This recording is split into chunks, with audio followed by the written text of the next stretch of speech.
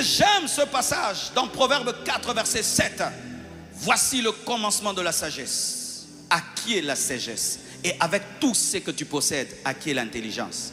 Exacte-la, et elle t'élèvera. Elle fera ta gloire si tu l'embrasses. Elle mettra sur ta tête une couronne de grâce. Elle t'ornera d'un magnifique diadème.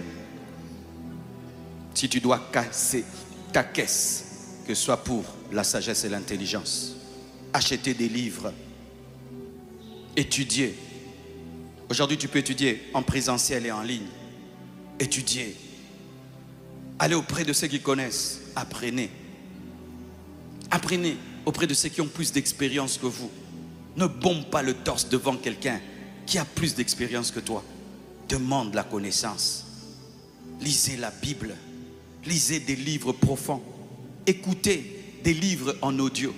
Il a été démontré que les hommes qui réussissent aujourd'hui, pendant que les autres écoutent des vidéos sans profondeur, ils écoutent des livres. Comme musique dans leur voiture, des livres. Le matin, ils écoutent des livres. Aujourd'hui sur YouTube, il y a des livres audio profonds, gratuits. Au lieu de suivre des TikTok, maîtrisable. Écoute, maîtrisable, maîtrisable, c'est maîtrisable. Écoute des audios, des livres, lis. C'est d'un temps dans la Bible, je lis Proverbes, j'ai besoin de sagesse. Et j'ai un livre de Dag sur comment être un bon général. Ce sont mes deux livres ces derniers temps. La Bible et bon général. La Bible et bon général. Quand je vais finir bon général, je vais chercher encore un autre. Connaître. Sinon tu viendras prêcher. Les gens ne sont pas édifiés. Les gens ne sont pas enrichis. N'est-ce pas que tu es enrichi par ma prédication? Parce que derrière, il y a quoi? La culture générale. Ce n'est pas parce que tu es pasteur. Ne le bras. Jésus Seigneur. Jésus. Betape masolo msusu bandi koto yo kit koto yo keboe ndenge zalra film ato yebi ke acteur ako gagner na ko gagner ndenge nini suspense.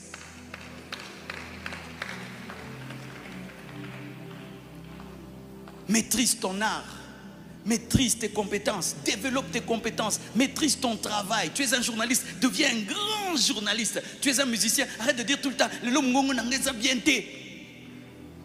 Développe ton art, consente que tu ajoutes tous les jours, tu aiguises.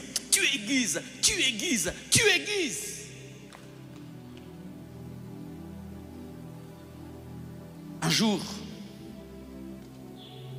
une femme perd son mari. Et après, elle vit dans la misère. Pas de nourriture, pas de vêtements. Elle habite un taudis. Et tous les jours, elle prie. Seigneur, aide-moi, Seigneur, aide-moi, Seigneur, aide-moi. Et sa vie ne change pas. Et un jour, un notaire passe par là. Elle dit, maman, comment vous allez? Elle dit, je souffre. Je ne sais pas manger, je ne sais pas vivre. Oh, ton mari ne t'a rien laissé? Rien. Il m'a laissé seulement un sac dans lequel il y a une lettre. Tu as déjà lu? Non, j'ai jamais lu. Je ne sais même pas lire. Amène-moi la lettre.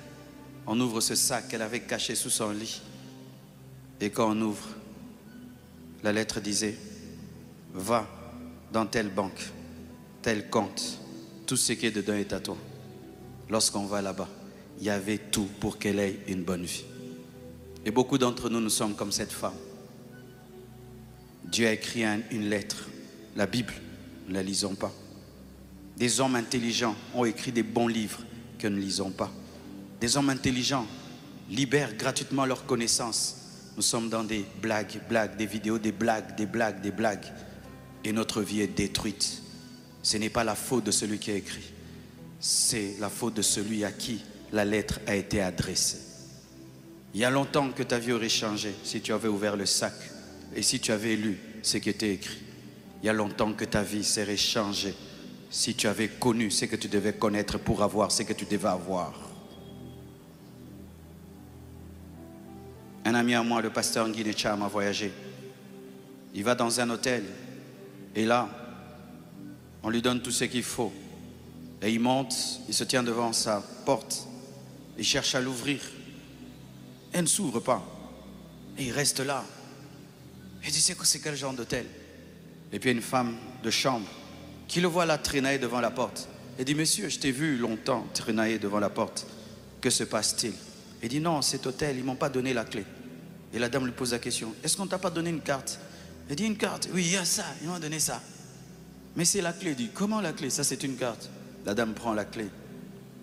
La carte, met devant la porte.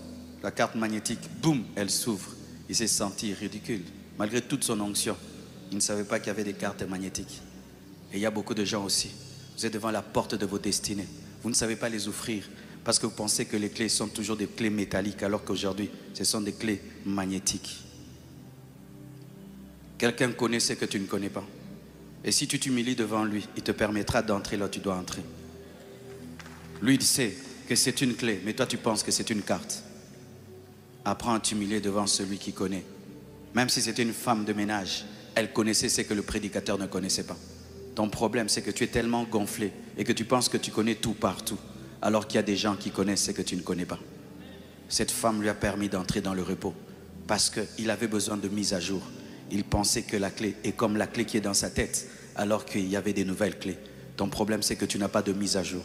Tu penses que la vie va continuer à être comme tu penses, alors qu'il y a des évolutions et tu as besoin d'adaptation. Deux grands champions se battent dans une chambre. Et le plus fort tabasse le plus faible, mais ne prend pas le temps de sortir dehors et le publier. Par une petite porte, il voyage, il prend un avion, il s'en va. Alors celui-là qui a été battu sort dehors et il dit, je l'ai tabassé, je suis le champion du monde. Et tout le monde commence à l'appeler champion, tout le monde commence à le vénérer. Jusqu'à ce que ceux qui étaient témoins vont dire la vérité. Il dit, c'est faux, il était tabassé, nous avons les preuves, ce n'est pas lui le champion. Et du coup, il perd son emprise. Il en est de même. Le diable a été vaincu à la croix. Il a été dépouillé à la croix. Jésus-Christ a dit tout est accompli.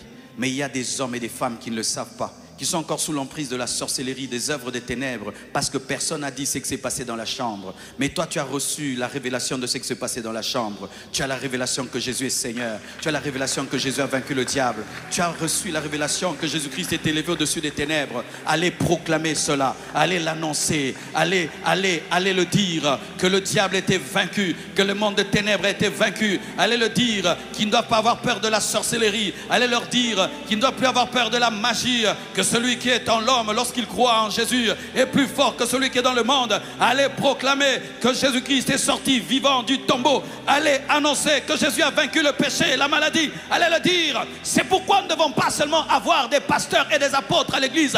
Nous avons besoin des évangélistes, des gens qui vont proclamer la bonne nouvelle, que le diable a été vaincu, que le diable a été dépouillé.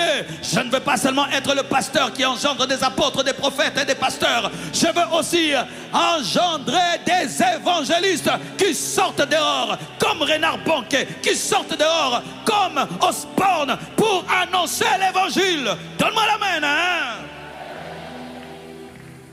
Il y a des hommes qui sont sous l'emprise du diable parce que tu n'as pas dit la vérité. Va leur annoncer la vérité, que la coutume a été détruite. Va leur annoncer la vérité, qu'il y a quelqu'un qui s'appelle Jésus-Christ de Nazareth, qui a reçu le nom qui est élevé au